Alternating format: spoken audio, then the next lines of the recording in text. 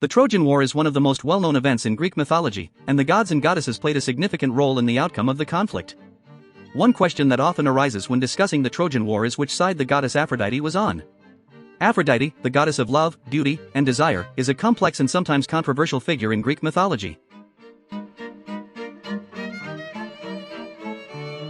First, it's important to understand the key players on each side of the conflict. On the side of the Trojans, we have Apollo, Artemis, Ares, and Aphrodite. These gods and goddesses were believed to be allies of the Trojans and provided support and protection to their cause. On the side of the Greeks, we have Hera, Athena, Poseidon, Hermes, and Hephaestus.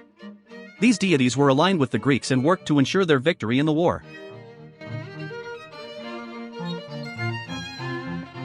When it comes to Aphrodite's allegiance, there are a few key moments in the story of the Trojan War that shed light on her involvement. One of the most famous episodes involving Aphrodite is her role in the story of Paris and Helen.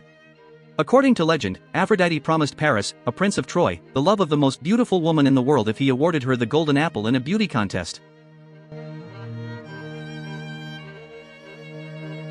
Aphrodite's involvement in the story of Paris and Helen clearly aligns her with the Trojans, as her actions directly contributed to the conflict. By promising Paris the love of Helen, Aphrodite set in motion a chain of events that ultimately led to the war between the Greeks and the Trojans. This initial act of favoritism towards the Trojans suggests that Aphrodite was firmly on their side from the beginning.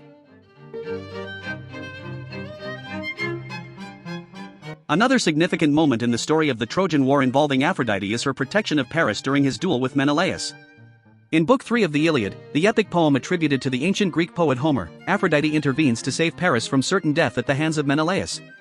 She wraps him in a mist and transports him back to his bedchamber, sparing him from defeat and allowing the war to continue.